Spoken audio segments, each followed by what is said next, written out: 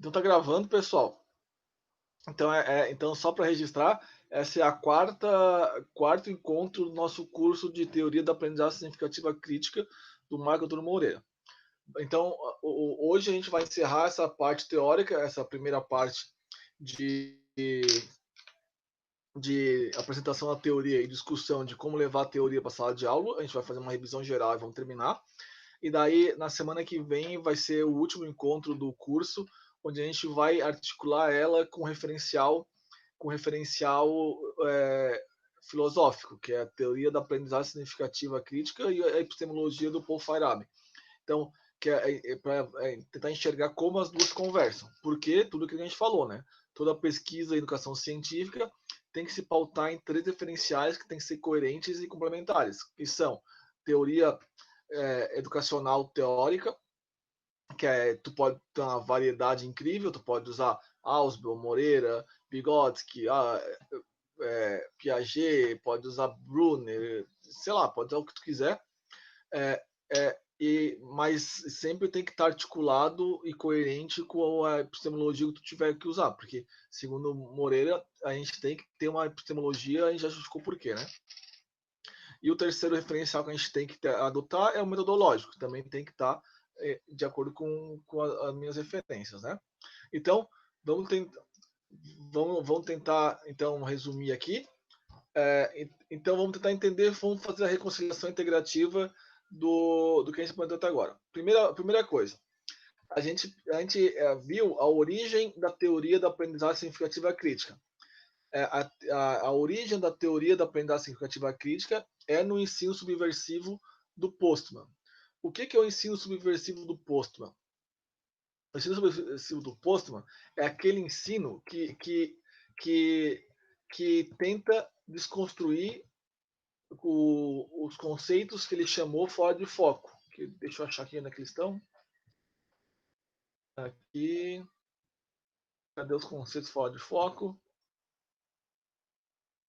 Aqui. Isso aqui. Então, quais são os conceitos fora de foco que a escola ensina, mesmo que de maneira oculta? Que existe uma verdade absoluta, fixa e imutável. Ensina que existe uma certeza, ensina que existe uma entidade isolada, existe que há uma causalidade simples, única e mecânica, e que o conhecimento transmitido. Isso aqui, principalmente no ensino de física, que é o caso de vocês todos aqui, menos a Dai, a física faz isso geralmente, né? Todos vocês, provavelmente, só um minutinho.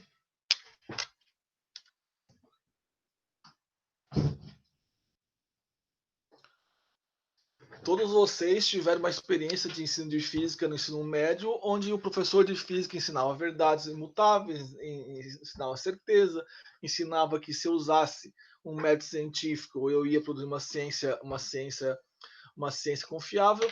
Então ele reforçava, mesmo que ocultamente, mesmo que ele não estivesse consciente disso, ele reforçava os conceitos fora de foco, que são que isso aqui para o Postman não serve por quê? Porque para o Postman isso aqui só prejudica a formação do sujeito, porque faz alunos que acreditam não são passíveis de mudança, que as mudanças são muito difíceis, pessoas que são intolerantes, pessoas que são inflexíveis, porque acreditam nesses conceitos que não aparecem explicitamente, mas que estão ali. Beleza? Todo mundo revisitou? Sim, eu só tenho uma dúvida, assim, não sei se vai ter, não tem, sei se tem muito a ver com isso, deve ter. Foi uma discussão que eu fiz com outros colegas e eu queria perguntar para vocês também.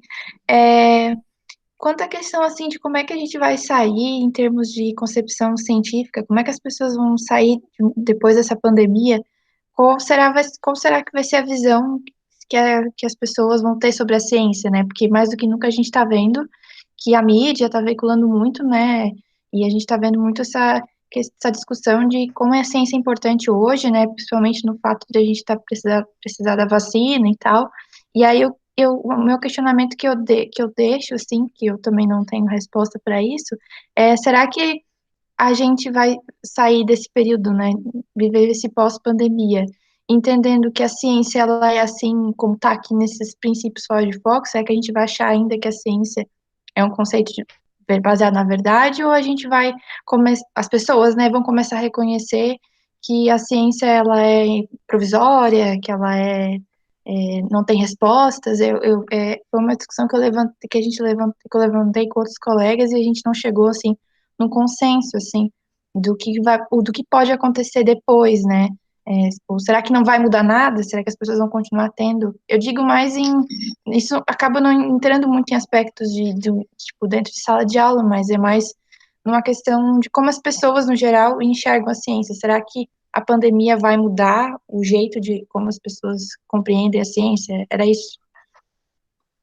Mas, Larissa, a Dai, não sei se ela está aí, mas ela está fazendo na cadeira de epistemologia da física do 7º semestre, e lá a gente está discutindo um texto, não sei se você chegou a estudar, que é o conceito do realismo do Feyerabend. E lá ele mostra que argumentos só funcionam se a pessoa já está convencida daquilo. Se a pessoa não está convencida daquilo, nada nenhum argumento vai convencer ela de nada. Então, no caso da pessoa que já está convencida disso, não adianta tu mostrar argumentos, ela não vai discordar e pronto, daí vem o negacionismo. Então, não é uma matéria do Jornal Nacional que vai mudar a formação que ela teve na escola. Sim, sim, sim, Então, não sim. sei, essa é a opinião baseada no que o Feyerabend diz, né? Uhum, Mas não é a verdade, não é a certeza. E é uhum, mais ou menos isso que o Moreira vai dizer também, que o significado está na pessoa, a gente vai discutir depois, né? uhum. Não sei se era isso que estava colocando. Ah, sim, sim, sim, é mais para refletir mesmo, assim, mas é isso, sim. Até porque em alguns. Essa semana passada eu estava explicando multiplicação para os pequenos, né? Eu dou aula para um quinto ano. E aí surgiu um exemplo que falava sobre vacina, mas tipo, tinha a introdução, se eles achavam que vacina era importante e tal. E eu descobri que eu tenho um aluno que não toma vacina, que, tipo, que os pais são contra a vacina, coisa que eu pensei que era mais, vamos dizer, difícil de encontrar, né? E aqui tinha uma mãe ali que a menina disse que a mãe dela gosta mais da chá, essas coisas, e não vacina eles para nada. É por isso que a gente tem que fazer divulgação científica, né? É, eu fiquei Senão não apavorada deu quando eu morte. ouvi. Mas tem coisa bem pior. Devo entrar em outro assunto. Mas daí esse é então o Postman sugere que o ensino seja subversivo para tentar desconstruir esse conceito fora de foco. Daí a gente pode pensar, é a década de 70, né? A educação mudou. Daí o Moreira vai concordar contigo ali nos anos 2000. A educação mudou, só que mudou para bem pior. Boa noite, Carol. A educação para o Moreira mudou para bem pior, porque ela agregou outros conceitos fora de foco. Boa noite, Carol. Outros conceitos fora de foco, além dos do Postman. Quais são os outros conceitos fora de foco que ela botou além do Postman? O conceito de informação como algo necessário e bom. Então, quanto mais informação, melhor. Conceito da tecnológica, a tecnologia é boa para o homem, está necessariamente associado ao progresso. Conceito de consumidor que está consciente dos direitos. O conceito de globalização da economia como algo necessário e inevitável. Isso é bem importante. As coisas são inevitáveis, a gente não pode mudar, não adianta lutar contra elas. Isso que a educação agregou, né? E o conceito de mercado dá conta, tipo, eu posso fazer o que eu quiser, que quando for para o mercado eu vou dar conta. Então, Moreira disse que a educação tratada pelo Postman era um caos, e só que o Moreira falou que piorou. Então, e o próprio Postman falou isso, porque o Postman tem um livro de 2002 que é O Fim da Educação. E ele fala assim, que a educação tá, se ela continuar assim, ela tá tão sem sentido, mas tá tão sem sentido que uma hora a gente vai concluir que ela não precisa mais, que a gente precisa terminar com a educação, que ela não faz sentido na sociedade contemporânea, marcada por mudanças drásticas e rápidas. Então, ou a gente acha uma finalidade para a educação, ou é melhor a gente terminar com a educação. É isso que o Postman colocou no livro dele chamado O Fim da Educação. Então, então o Moreira sugeriu então a teoria da aprendizagem significativa crítica, que é uma teoria que tenta levar o ensino subversivo para tentar desconstruir esses conceitos fora de foco, para tentar desconstruir esses novos conceitos fora de foco na educação. Então, o que é isso? é tu aprender de maneira significativa, mas ao mesmo tempo tá fora disso, não ser idolatrado. Então, acreditar que é coisa do passageiro, assim por diante. Então, aprender as coisas, mas não aprender as coisas de maneira que tu seja como um dogma inquestionável. Aprender as coisas como mais um ponto de vista que pode ser questionado e pode ser desconstruído daqui a pouco, e aceitar também que mesmo as minhas crenças mais ferrenhas, mesmo as minhas crenças que eu mais gosto, pode ser completamente desinteressante para outras pessoas. Então, por exemplo, se o sujeito entende isso, ele entende que tá tudo bem a pessoa acreditar em teologia, porque estudar teologia, porque o fato de ele estudar teologia não vai transformar ela num xiita cristão. Ele vai, se ele aprender isso de maneira significativa crítica, ele vai estudar teologia, vai entender teologia, mas não vai se converter cegamente ao cristianismo. Beleza o conceito também? Então a gente passou por 3 coisas: a origem, a definição. Tá ok? Pessoas, falem comigo. Ok. Então o que a gente fez semana passada?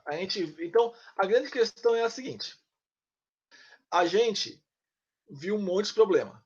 A gente traçou o cenário da educação. Agora, qual é o problema? O problema é que o que eu faço? O que eu posso fazer como professor? Então, a Cris e a Dai, que não foi no curso de mapa conceitual, elas acabaram de discutir e ver que estudar, preparar uma aula baseado no Ausubel é utilizar os 4 princípios que ele sugere: diferenciação progressiva, reconciliação integradora, consolidação e organização sequencial. Se tu usar esses 4 princípios, tu vai construir um ambiente potencialmente significativo. Se tu ensinar de acordo com os alunos já sabem, e capaz de construir uma aprendizagem significativa, desde que eu tenha uma predisposição em aprender. Beleza? Confere daí, Cris. Confere. Uhum. Então, Confere. então, beleza. Então é isso que a gente discutindo lá. O Moreira também sugeriu princípios de aprendizagem em que tu pode construir um ambiente onde uma aprendizagem significativa crítica possa ser construída. Lembrando que para isso tem que ser, o material tem que ser potencialmente significativo, ou seja, ele tem que estar ligado ao conhecimento prévio do aluno. A gente consegue saber isso porque está tudo mapeado por aí. E também tem que ter uma predisposição em aprender. E se tiver isso, tu vai ter uma aprendizagem significativa. Se tiver isso e tu fizer isso baseado nos 11 princípios dele, ele sugere que tu vai criar um ambiente onde tu possa desconstruir os conceitos fora de foco. Beleza? Então vamos lá. O primeiro é: tudo que tu faz na sala de aula, se tu quer criar um ambiente onde haja condições de uma aprendizagem significativa crítica ser construída, tu tem que fazer isso baseado no princípio do conhecimento prévio. Ou seja, isso eu acho que na aula a Cris, que está falando de didática, a gente bateu nisso, eu acho, desde o período de aula, né, Cris? Sim, aham. As primeiras discussões já foram sobre isso também. Tu professor de física e matemática, Dai. Tu dá aula de quê, Carol? Só física? Opa, de química e física. Então, a Carol, como professor de química também, e vocês como professor de física, e a Dai como professor de matemática. Se tu quer criar um ambiente onde uma aprendizagem significativa possa ser construída, tu não pode ir para a sala de aula sem saber o que os alunos já sabem a respeito daquele conteúdo. Ainda bem que eles já têm tudo mapeado, que são as concepções alternativas. Então, não pode. Tu tem que estudar as concepções alternativas. Então, todo mundo de vocês que então vocês devem ter uma tabelinha de todas as concepções alternativas mapeadas na literatura, né? De eletromagnetismo, de mecânica, de ótica, de eletricidade. E daí, aquilo ali vocês têm que saber na hora que vocês vão ensinar esses tipos de conceitos. Se tu não souber isso, não adianta nem começar a ensinar, que tu não vai criar um ambiente que vai estar falando com as paredes. Beleza? Beleza, pessoal? Beleza. Beleza. 2. O princípio da interação social. Questionar perguntas, ensinar perguntas e respostas. Aqui é aquela questão que qual é o bom professor para o Moreira? É aquele que ensina o aluno a perguntar, ensina o aluno a questionar, e não aquele que fornece respostas. Então, tua aula, todo teu material tem que ser para gerar dúvidas e levar questões. Quem já fez epistemologia comigo sabe como isso a gente tenta fazer funcionar, né? A Dai tá fazendo, né, Dai? Então, a Carol também, né, Carol? Então, gerar perguntas. Então, tu tem que questionar o tempo todo, levantar perguntas, não mostrar que o conhecimento, não mostrar que existe uma resposta pronta. Ou seja, estimular o depende, né? Estimular o depende. Depende do quê? O que é? Como é que é? E assim por diante. Então, por exemplo, o que é ensinar perguntas em vez de respostas? Vou imaginar que um aluno de vocês pergunte qual é a velocidade do som. A resposta de vocês é depende. Daí ele vai responder o quê? Depende do quê? Então, é isso que o meu está falando. E se tu preparar o teu material assim, se tu der aula assim, tu vai estar falando de acordo com o segundo princípio da teoria do Moreira. Já é esse? Revisamos? Já. Aqui é o Moreira Soft. Por quê? O Postman dizia, joguem fora os livros didáticos. O Moreira já é mais tipo soft. Não precisa jogar fora. Só usa outras coisas. Usa filme, usa quadrinho, usa vídeo, usa áudio, usa figuras, usa qualquer outras coisas. Experimento, simulação, é, é, joga reportagem, textos. Então, não precisa focar só no livro texto, usa outras coisas. Então, esse é o princípio da não centralidade do livro texto, do uso de documentos, artigos, do material universitário e mais. Beleza? Professor, eu tenho uma dúvida. No caso relacionado a esse terceiro tópico, eu acho que, não sei se relaciona a isso, mas quando o professor falou dos 3 pilares que a gente tem que sempre prestar atenção, que é educacional, epistemológico e metodológico. No caso, então, se eu utilizasse o Postman, na parte metodológica eu não poderia incluir um livro didático, eu teria que trazer outras coisas, então, para a sala de aula. Isso. Não pode dar livro didático. Mas a gente pode entender a crítica dele, né, Cris? Ele critica muito quando tu ensina alguma coisa com verdade e certeza. E é exatamente isso que os livros textos fazem, né? Tu já viu um livro texto que fala que a teoria do Newton, as leis do Newton podem ser. Eu acho que é o microfone da Carol que tá ligado. Né, Carol? Eu também ia perguntar alguma coisa referente a isso, Séria. Tipo, eu nunca posso usar o livro didático nesse caso, ou ele não pode ser o meu único instrumento? Se tu for usar Postman, não. Se tu Nunca for usar pode. Moreira, não, o Postman diz que porque a crítica Ele dele exclui assim, totalmente essa ideia. é porque os livros didáticos eles não trazem dúvidas, trazem certezas, né? Uhum. Então, contra tudo isso que o Postman. Se tu só estudar o livro didático, tu nunca vai criar dúvida na cabeça do aluno, tu nunca vai criar incerteza, tu vai passar a ideia de que existe uma verdade, uma certeza, existe um método científico. Não sei se foi a Larissa que leu um livro que tinha um método científico no começo, ou foi a Carol, agora não sei. Um de vocês leu uma vez para mim um livro que estava usando na escola que falava como é que era o método científico no começo do livro. Então, qual é a Sim, ideia? acho que Tu fui lá, eu.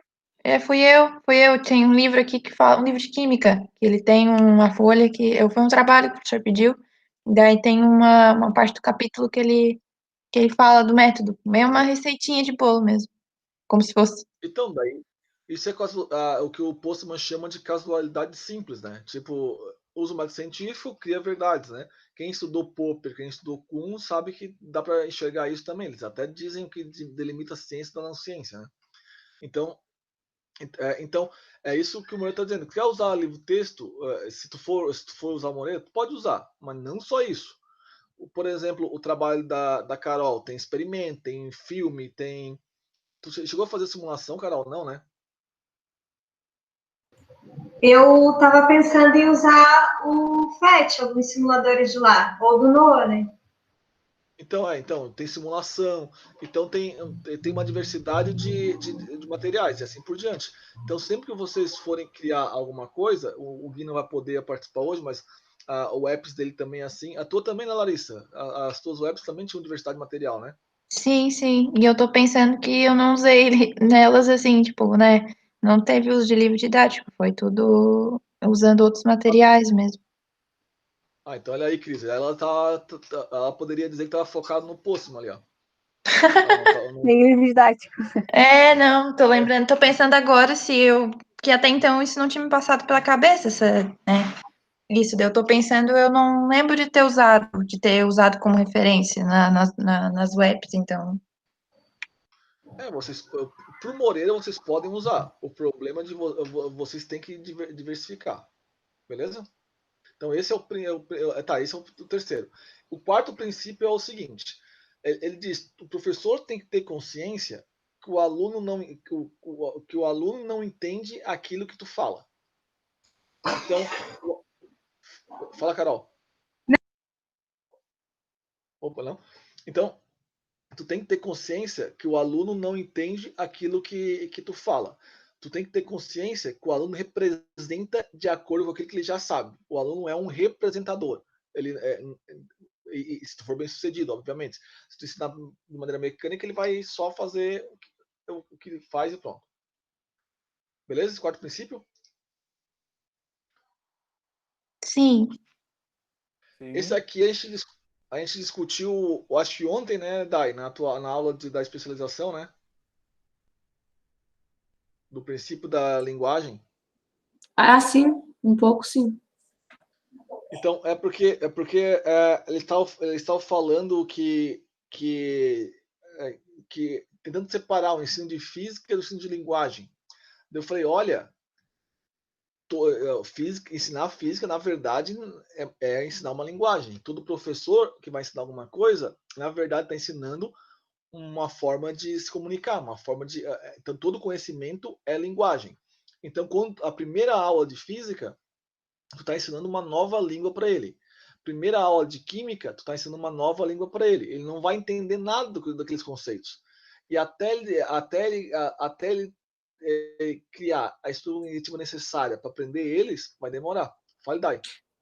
Tu até usou o exemplo da divisão por zero, né? Que a gente na matemática vai falar que não existe, né? Mas que a gente escreve, né? Eu achei interessante aquela ideia. É isso. Porque, como não existe, eu escrevo, tem ali, mas se o matemático olha, vai ficar horrorizado. Vai dizer, não pode. Mas como não pode? Na linguagem matemática não pode, não faz sentido nenhum fazer isso. Não vai gastar tinta com isso. Mas o mais legal é aquele 1 dividido por. Tem um do infinito. Como é que é do infinito? Que era bem legal. Era. Eu não lembro mais. Acho que era assim, era 8 dividido por zero tende a infinito. Daí um 5 dividido por zero desenhava e era um 5 invertido, assim. Uma vez eu vi lá na URGS. Era tipo, eu acho que eu vi isso, que daí, tipo, o 8 dividido por zero era um 8 deitado, vamos dizer assim, que é o infinito. Aí o 5 dividido por zero é o 5 deitado. Acho que eu já vi isso. É um meme. Tendendo ao 5 invertido, assim, né? É. Porque lá na URGS tem um monte de quadro espalhado, né? Eu acho que eu vi. Na UFSC, tu não chegou a conviver muito, né? Mas na UFSC eu acho que não tem uns quadros no corredor, né, Larissa? Nunca não lembro. Tem. Tem Eu uns lembro quadros de no ter corredor? visto. Tem, mas eu não vivi o suficiente para perceber esses detalhes lá. É. Então o princípio do conhecimento como linguagem, né? Aqui, outra coisa, conhecimento da consciência semântica. Ou seja, se eu falo trabalho, é, a palavra em si não tem sentido nenhum. Quem dá sentido para a palavra é a pessoa. É a pessoa que dá sentido. Então, isso é o que o Moreira chama de consciência semântica. Então, vocês têm, quando eu vou dar o exemplo meu do ensino médio. Estou dando aula para o ensino médio, primeiro ano, né? E daí, daí a gente está estudando hidrostática.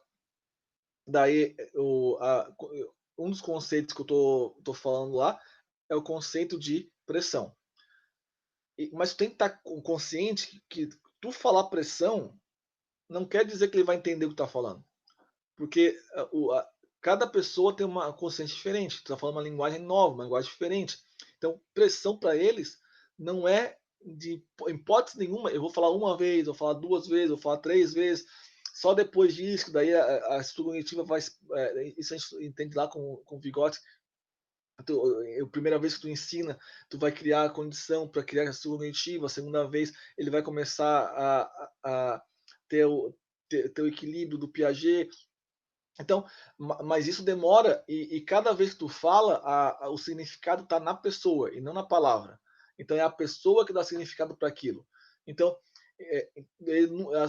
sempre que tu for falar de um conceito novo, a pessoa não vai entender aquilo que tu está falando da maneira como tu está falando. Vai ser um processo demorado, longo, para ela se apropriar e dividir. O Moreira gosta de falar bastante disso, dividir significados. O que tu está fazendo, na verdade, quando tu ensina um conceito, é dividir significado do teu aluno, mas é um processo longo que vai demorando. Mas o que ele entende, a palavra em si, não faz sentido. Só faz sentido a pessoa dar significado para a palavra, que depende dela. Joia? Beleza? Beleza. Beleza. Beleza. Agora, outra coisa que o Moreira fala que é o seguinte. Normalmente, o erro é punido na escola, né? A gente tem mania de punir o erro. O Moreira fala que a gente tem que ter consciência que errar faz parte do processo de aprender. Então, tu tem que dar aula não punindo o erro, mas sempre tentando corrigir o erro. Como é que tu pode fazer isso, por exemplo? Tu pode fazer, tu faz um exercício, lista de exercício. Tem professor, por exemplo, que não segue Moreira, que dá nota em lista de exercício das respostas. Já conhece bastante. O que seria se tu ser baseado na teoria do Moreira? Tu dá uma lista de exercício e corrigir ela. E corrigir ela tentando mostrar, provavelmente a gente sabe o que eles erram, porque os exercícios são feitos para isso. Mostrar, vocês caíram nessa pegadinha aqui, tipo, vou imaginar, vou dar um exemplo. Ah, tá, daí falar de diferença entre tem um exercício que eu fiz com eles que é a diferença entre peso e massa. Daí assim, daí uma das alternativas era assim: massa é a quantidade de matéria e peso é a força que essa massa é atraída pela Terra. Uma pessoa, daí eu falei, isso é uma pegadinha, porque não é só pela Terra, é qualquer campo gravitacional, em particular da Terra, mas isso acontece sempre. E daí provavelmente vocês erraram, muita gente errou isso aqui, não tem nenhum problema. Mas a partir de agora vocês têm que prestar atenção nesse tipo de coisa. O que ele tá, que esse tipo de coisa cai nos concursos, cai no vestibular. Então, por que eu faço isso? Porque eu estou mostrando para eles que não tem nenhum problema em eles terem errado. O problema é permanecer errando. Como é que a gente aprende? Corrigindo os erros. Mas o erro está presente no teu processo educativo. Provocar os erros e corrigir os erros faz parte. É isso que o Moreira chama de princípio da aprendizagem pelo erro. Não é tentativa e erro, não é isso. Tentativa e erro não tem uma teoria. É cometer o erro, o professor provocar esses erros e a partir desses erros construir. Vou pegar o exemplo do trabalho da Carol, por exemplo. Ela mostrava um vídeo e fazia um monte de perguntas para conduzir eles a reflexões acerca de ciência e sobre ciência, que depois ela tá aos poucos, ela tá corrigindo isso nas aulas. Então, por exemplo, quem é que faz? Não sei se foi essas perguntas, tá, Carol? Só estou chutando que eu não lembro, que é muito trabalho, eu acabo confundindo. Mas perguntando assim, como é que é o tipo de cientista? Daí, se fosse uma turma que não tinha essas reflexões, se eu perguntar, por exemplo, nas turmas da Carol no ensino médio ali no estadual, provavelmente eles vão dizer, cientista tem que ser muito inteligente, tem que usar jaleco, tem que não sei o quê. Então, quando vocês falam que fizeram física, provavelmente uma pessoa que não é do meio acadêmico deve arregalar os olhos. Não é isso? Então, e provavelmente era isso que eles iriam responder. E daí o material todo dela tipo, vocês falaram isso, não tem nenhum problema de ter falado isso. Mas vamos ver se é bem assim. E daí desconstruir essas ideias ao longo ao longo do trabalho da Carol. É mais ou menos o que a Larissa tentou propor na tua web, né, Larissa? Isso mesmo. Bem isso. Então, tu provocou o erro, mas não puniu o erro, e ao longo do material tentou desconstruir os erros não é isso? Sim, a gente tenta justificar o porquê que as pessoas, tipo, cometem esse erro, né? Vamos dizer assim, né? Então, a gente justifica, mas também mostra que ele desconstrói, né? Essa noção, né? Distorcida da ciência, né? Então, por que a Carol fez isso? Por que a Larissa fez isso? Por que elas fizeram isso? Porque a gente baseou isso no princípio da aprendizagem pelo erro, que é o sétimo princípio do Moreira. Então, o que ele fala? A ideia é que o ser humano erra o tempo todo. É da natureza humana errar. O homem aprende corrigindo seus erros. Não há nada de errado em errar. Errar é pensar que a certeza existe, que é a verdade absoluta, conhecimento permanente. Fazendo isso, tu vai desconstruir certezas, desconstruir verdades, desconstruir um conhecimento que era sólido. Fazendo isso, tu vai mostrar, desconstruir os conceitos fora de foco. Beleza? Sim. Então, alguma dúvida nesse princípio? Pessoas, fala comigo. Tranquilo, isso aí, tranquilo, professor. Eu até estava lembrando agora que a gente estava falando desses conceitos fora de foco dos cientistas, e eu lembro que foi uma website que no começo da bolsa que eu montei, que falava sobre os buracos negros, e aí quando foi falar sobre os cientistas, eu trazia partes do filme Contato, que é baseado no livro do Carl Sagan, que por mais que o Carl Sagan, nos seus livros, ele ainda tivesse um pouco a falta da filosofia, da moderna filosofia da ciência, né? No filme, no livro, ele consegue mostrar bem essa parte de que geralmente os homens eram tidos como cientistas e a mulher acabava sofrendo preconceito, ou de que a ciência teria que ser totalmente voltada para o mercado, né? Tinha que ter um fim mercadológico para ela. Eu acho que mostra bastante isso com os cortes que eles recebiam nos fomentos para pesquisa, que até é uma coisa bem atual. Então, fica uma dica, né, para o pessoal que aquele filme ele é bem, bem bom para utilizar com essa finalidade. E o livro também, né? O livro é bem melhor que o filme. Com certeza, mas às vezes em sala de aula é meio complicado, né, o livro, mas com certeza o livro é melhor. Eu não lembro se o Carl Sagan gostou da adaptação. Eu não lembro, sabe disso? Alguma coisa, Cris? Não, nunca li nada a respeito, mas agora eu fiquei curiosa também. Não sei, porque tem autores que odeiam, né? Tipo, o Stephen King odeia todos os filmes. E o Anthony Brugge, que escreveu o Laranja Mecânica, odiou Laranja Mecânica. Eu não consigo. Porque o livro é muito bom, assim, Laranja Mecânica. Mas o filme é o Kubrick, né? Então, como é que ele não gostou? Sei lá. Depois eu vou ver Então, se eu achar eu mando pra vocês. o Stephen King também odiou o Iluminado. Também é do Kubrick, né? Então acho que o Kubrick gostava de provocar os autores, ele tinha um talento especial para isso. O Kubrick quem não tá acostumado, Kubrick é o Stanley Kubrick, né? Que é o maior diretor de todos os tempos, na minha opinião. Eu tenho uma tatuagem do filme dele, né? Então eu sou suspeito, né? Ele fez, por exemplo, bem famoso, que talvez vocês tenham visto o 2001, né? Todo mundo viu 2001 aqui? Tu viu, Sim. Cris? Sim. Eu não lembro. Não lembro. Não lembra? É o filme mais 2001? famoso dele, mas é 2001, Uma Odisseia no Espaço. Eu acho o filme mais chato dele. Ele é famoso por filme, mas é o filme mais chato dele. E os outros, tem filme, os outros são bem mais legais. Tá, mas vejam o filme Contato, que é legal. Então, o outro princípio, o princípio do princípio da desaprendizagem. Aqui é muito importante. É o seguinte. as concepções alternativas são aprendizagem extremamente significativas. O que eu quero dizer com isso? Que aprendizagem, quando eu aprendo uma coisa significativamente, eu não consigo simplesmente tirar ela da minha estrutura cognitiva, ela continua ali. Então, o fato de eu achar que, por exemplo, um corpo vai parar porque a força acabou, de alguma forma fica ali ainda. Eu não consigo tirar completamente, ele está ali ainda. O fato de eu usar o peso, por exemplo, peso como sinônimo de massa, tá ali ainda. Tanto que eu duvido que a Larissa fala, eu peso, sei lá, 500 newtons. Tu não fala isso, né?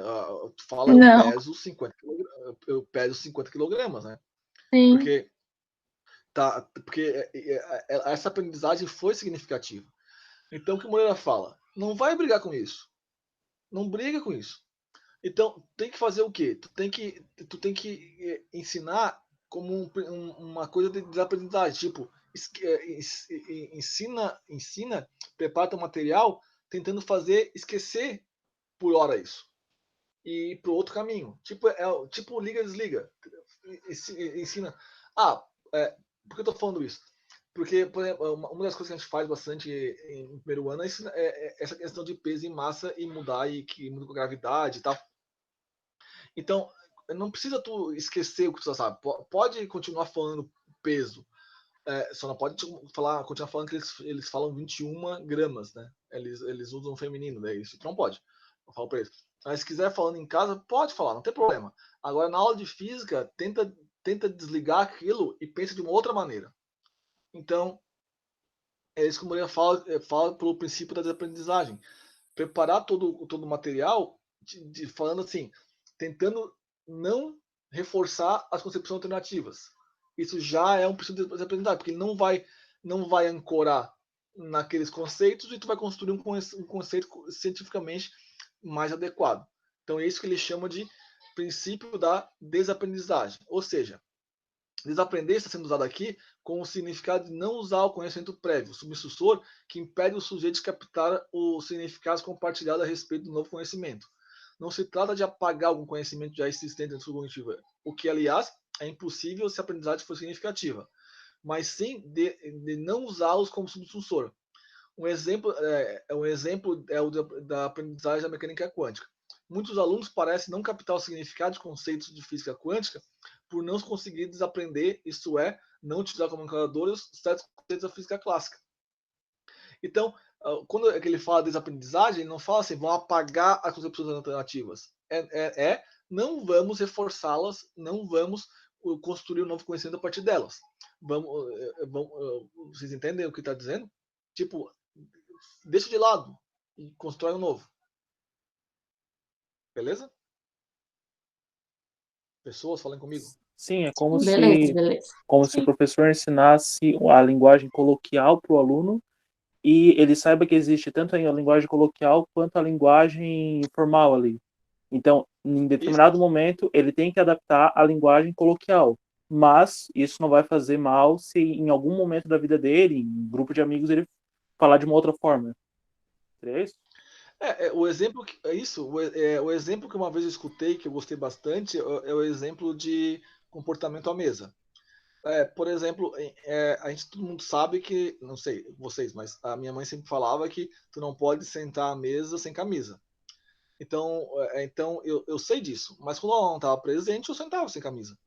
Porque é meio que eu uso quando é adequado. Nem de chapéu, É toco, isso, é boné. isso.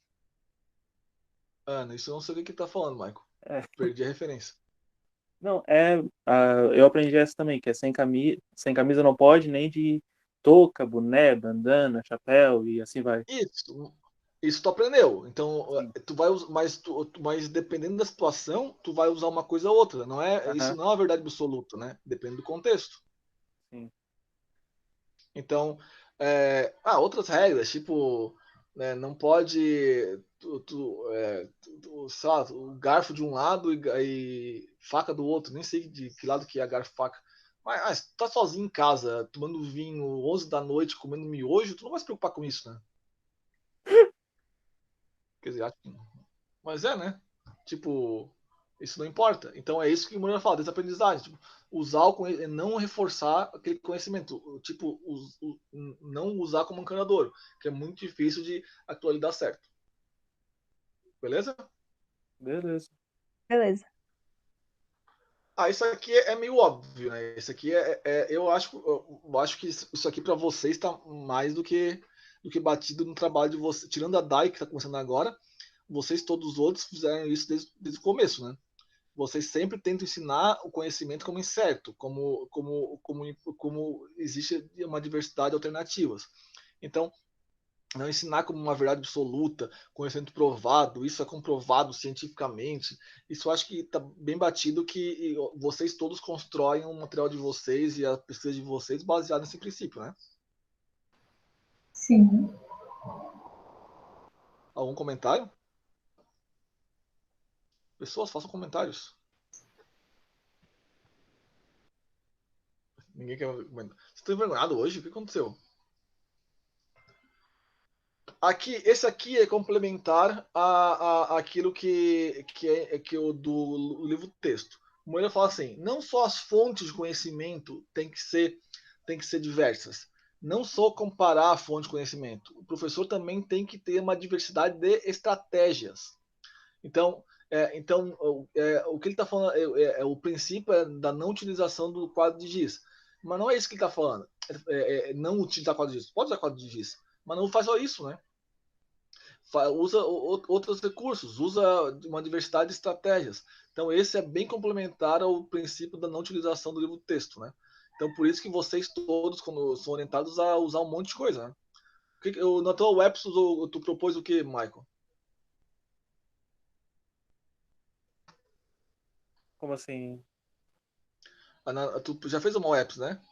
Sim. Que tipo de diversidade de material tu usou? Tu usou exposição, experiência, vídeo? Não Eu sei, não lembro. utilizava de vídeos e cenas, principalmente da série Cosmos, com o Carl Sagan, para estar trabalhando o conteúdo e depois pedia que eles desenvolvessem um ser, por exemplo, baseado no que eles haviam visto, naquele caso ali, mas também explicando pelos conhecimentos que eles haviam adquirido, tanto na escola, quanto em possíveis textos que eles poderiam estar trazendo para a sala de aula. Então vocês estão vendo que ele praticamente não estava usando o quadro de giz, né, nessas atividades, né? Então o que ele está fazendo é respeitando o 10º princípio do Moreira. É tipo, não foca no quadro de giz, ou não foca na apresentação de slides, né? Usa mais coisa. Tem que ter apresentação de slides? Quer dizer que não pode usar? Não, é bom ter apresentação de slides, né? É bom uma discussão. Mas não é só isso, né? Fale, Cris. Eu ia dizer que até porque hoje em dia a gente já quase não usa mais o quadro, né? Às vezes as pessoas acabam substituindo o quadro pelo slide. Então, tipo, não adianta trocar o quadro pelo slide, mas escrever a mesma coisa que tu ia colocar no quadro no slide. Então, eu acho que a gente tem tanto recurso hoje em dia até para utilizar as fontes primárias. Outro dia, para o trabalho do Eclipse, que eu consegui achar as fontes primárias dos artigos do Einstein. Eu acho que são coisas interessantes de mostrar para os alunos, né? Porque antigamente não teria como ter acesso direto dentro da sala de aula com isso, mas hoje em dia já dá de mostrar essas coisas. Então, acho que além do slide, até usar o próprio navegador, né, durante as aulas para mostrar esse tipo de coisa. Sim. Quem quer falar? Então, isso no novo ensino médio, Cris, vai poder fazer no itinerário formativo. Você depende disso com a Mônica, né? Vai ter acho que são 1.200 horas de itinerário formativo, e daí o professor vai poder aprofundar com esse tipo de coisa assim. Então, texto original, assim, esse tipo de coisa. Você já sai a BNCC novo ensino médio, alguém vocês estudaram já ou não? Ainda não chegamos a ver nas aulas. Vocês A chegaram, Larissa, a gente, ver? Carol, pode falar. no, na, na primeira semana de aula, a gente teve um planejamento que foi baseado nesse novo ensino médio.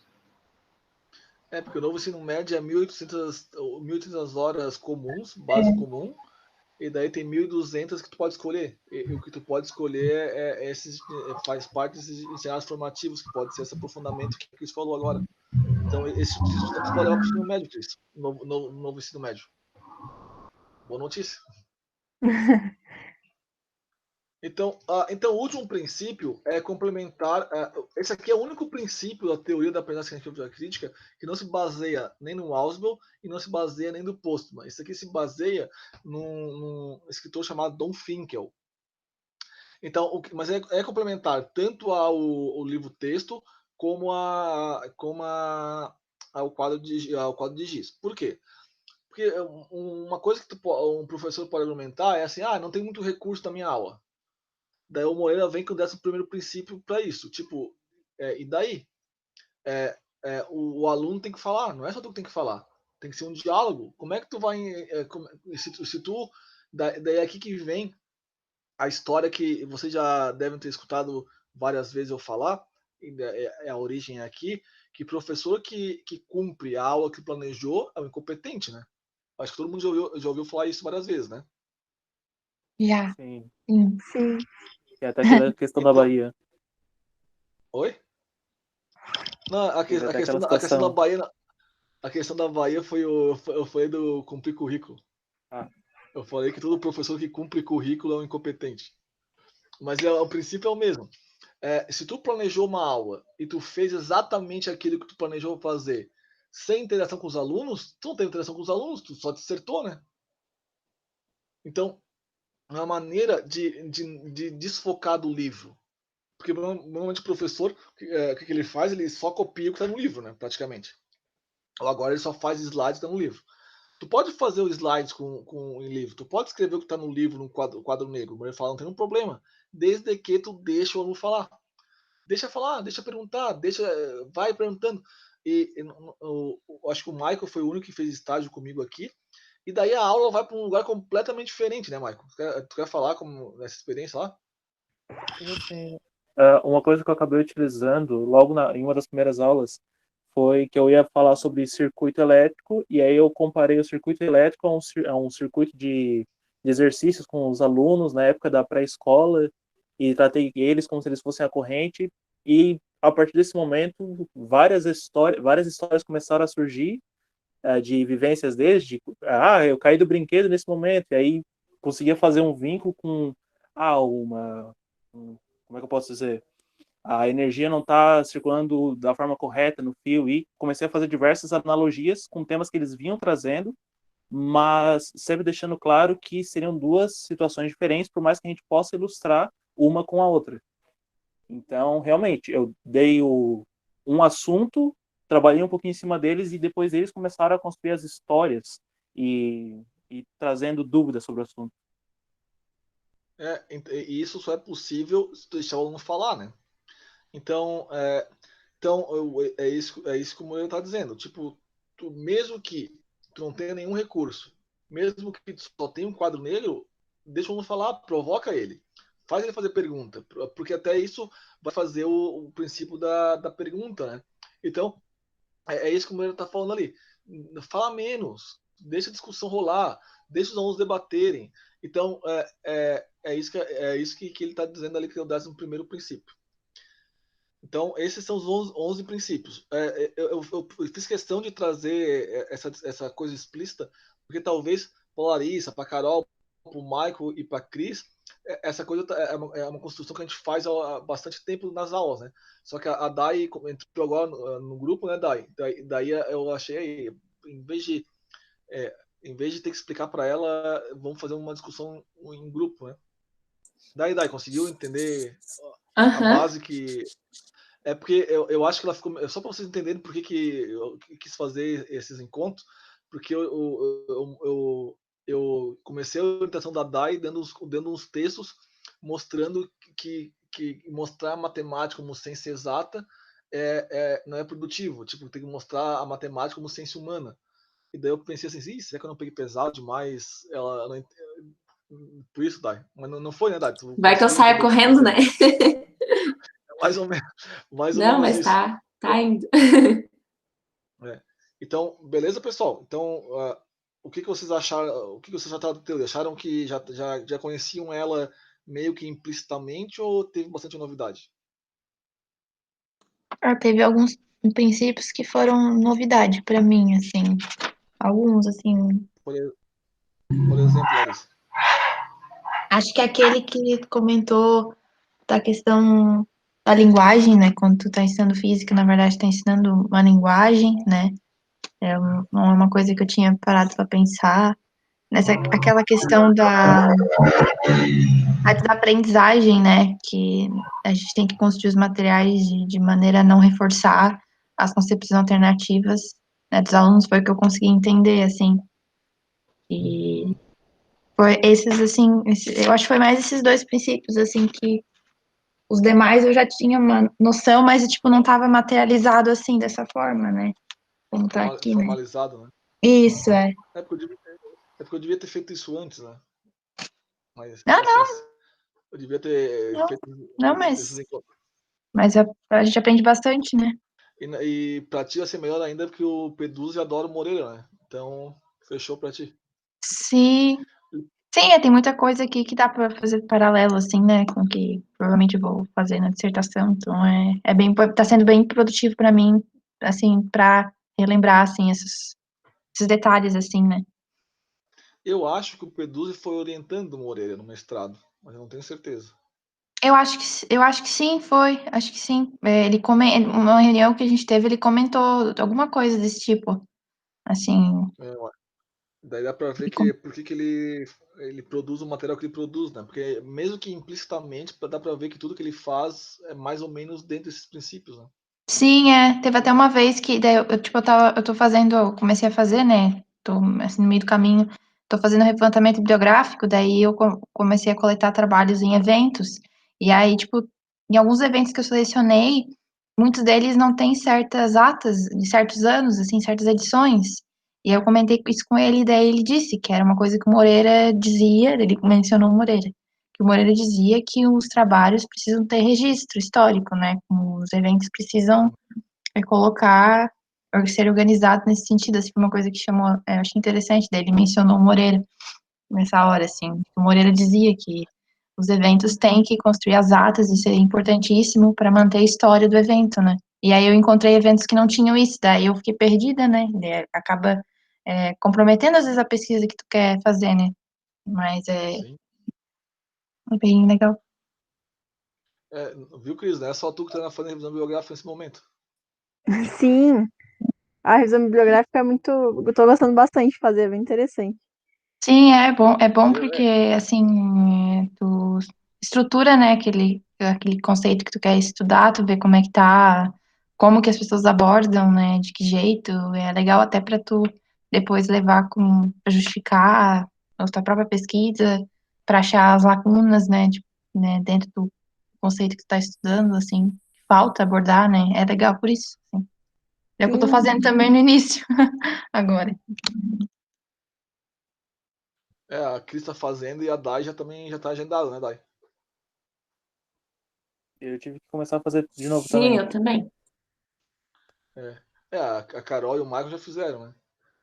Beleza? Então, e É, o que mas, mais? mas eu tenho um monte de parte ainda, né, Felipe? Não, tu tem toda a aplicação, coleta de dados e análise, e vai ser outra coisa que eu vou querer fazer com vocês depois, quem estiver interessado, a gente ia fazer ano passado com a Larissa, a gente acabou não fazendo, eu e Israel, é como tratar os dados, uma análise qualitativa. É que, por exemplo, uma coisa que a gente sempre faz, quando a gente aplica, é utilizar a teoria fundamentada em dados do Strauss. Então, uma próxima coisa que a gente tem que fazer porque, tipo, a Cris vai aplicar, a Carol vai aplicar, tu vai aplicar, Daí não, tu vai construir, né? A gente não combinou.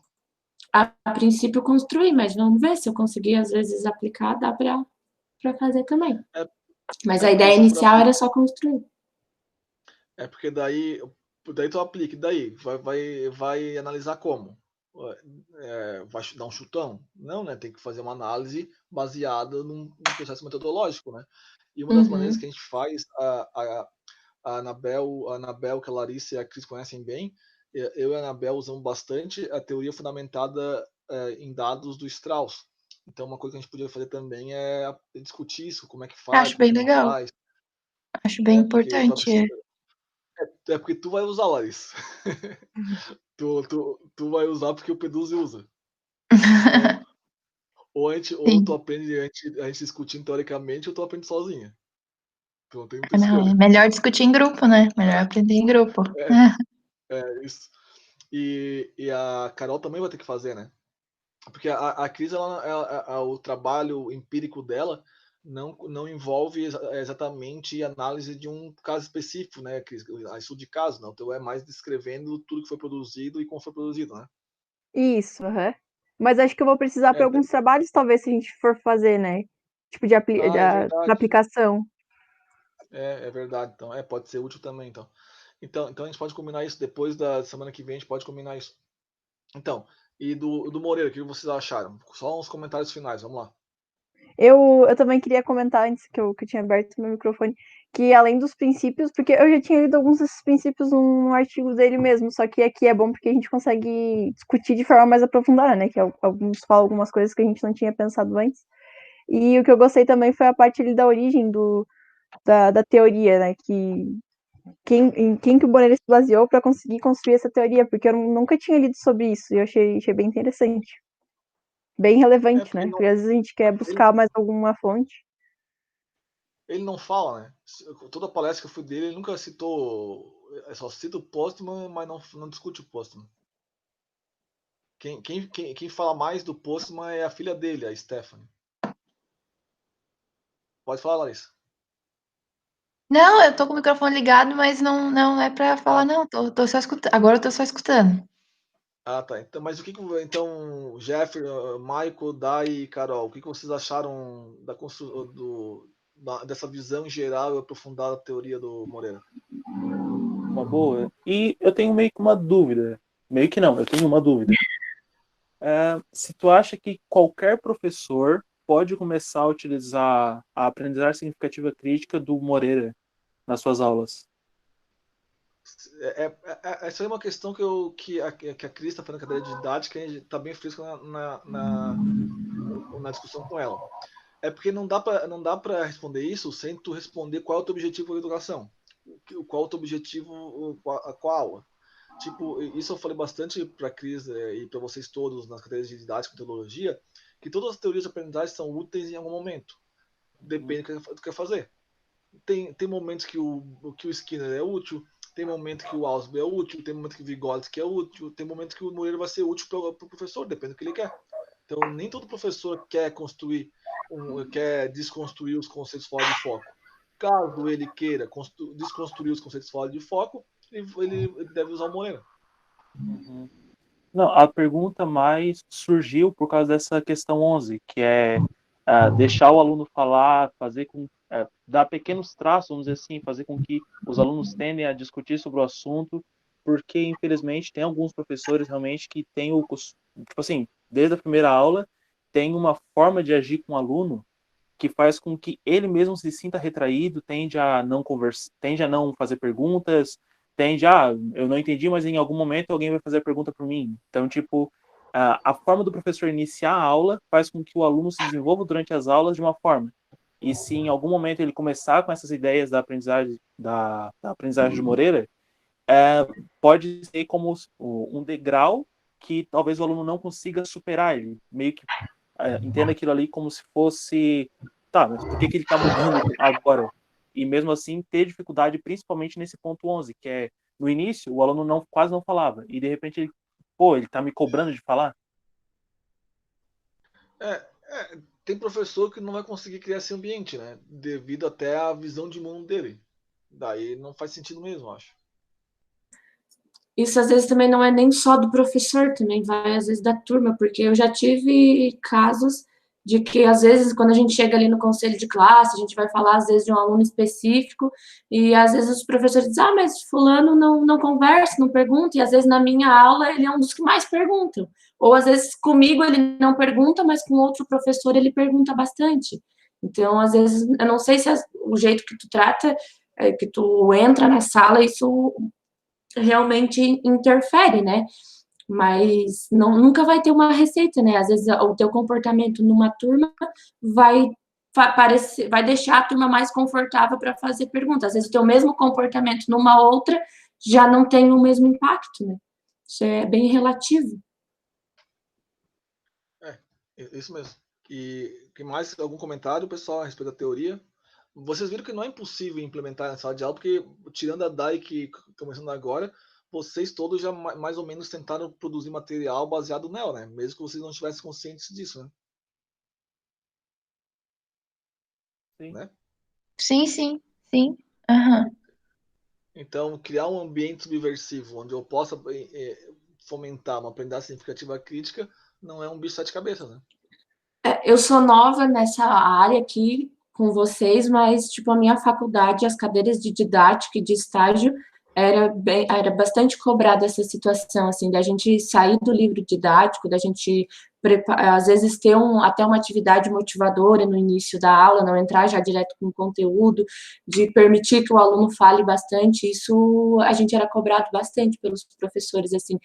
Quando eu fui fazer os estágios, os nossos planos de aula, a gente sempre tinha que apresentar quase que com um mês de antecedência para que, se tivesse alguma atividade que o professor não gostasse ou achasse que a gente já está muito conteudista, alguma coisa assim, a gente já tinha que montar alguma outra ideia, para a gente ter tempo de reorganizar aquela aula, assim. Então, já era, assim, uma ideia do Moreira.